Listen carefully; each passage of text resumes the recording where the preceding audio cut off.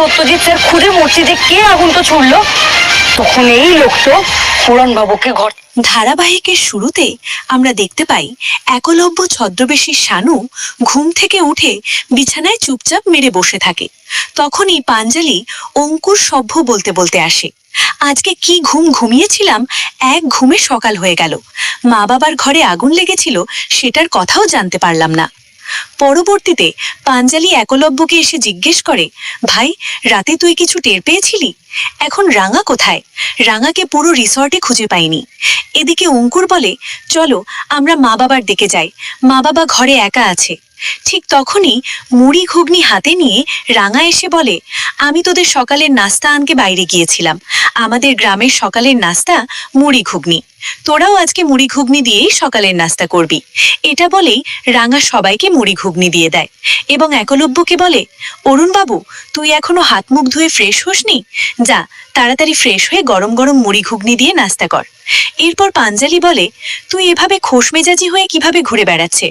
আমার কেন জানি না মনে হচ্ছে কোনো বিপদ আসতে চলেছে, চল আমরা বাড়িতে ফিরে যাই।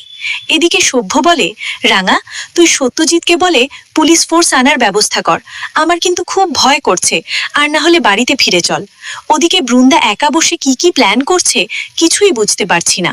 সবার এমন কথা শুনে রাঙা বলে, তোরা এত চিন্তা কেন করছিস, আমি তো আছি, আমি থাকতে তোদের কেউ কোনো ক্ষতি করতে পারবে না।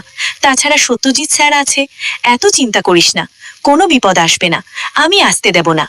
রাঙা এটাও বলে যে আজকে আমরা সকলে সকালের নাস্তা করে জঙ্গলের দিকে ঘুরতে যাব। কতদিন জঙ্গলের গাছপালা পশু পাখির সাথে আমার গল্প হয়নি, কতদিন ওদের দেখিনি, ওদের সাথে দেখা করলে আমার খুব ভালো লাগে। পরবর্তীতে সবাই জঙ্গলে ঘুরতে যাওয়ার জন্য রেডি হয়ে যায় এবং রাঙা একলব্যকে ড্রেস দিয়ে বলে, তুই তাড়াতাড়ি ফ্রেশ হয়ে নে, সবাই কিন্তু রেডি হয়ে গেছে।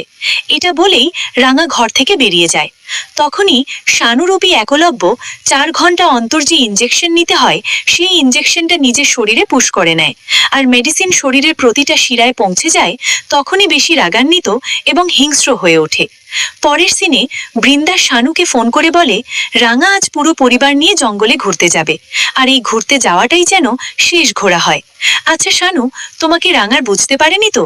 শানু বলে, না, দেখলাম তো হেসে খেলে বেড়াচ্ছে, আমাকে বুঝতে পারেনি।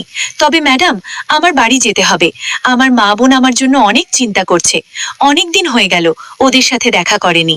পরক্ষণে বৃন্দা বলে, আমি তোমার মা বোনকে টাকা দিচ্ছি তো, তাছাড়া তুমি চাইলে তোমার মা বোনের সাথে দেখা করতে বা ফোনে কথা বলে নিতে পারো। বৃন্দার কথা শুনে শানু বলে, কিন্তু আমি মা বোনের সাথে দেখা করব কিভাবে?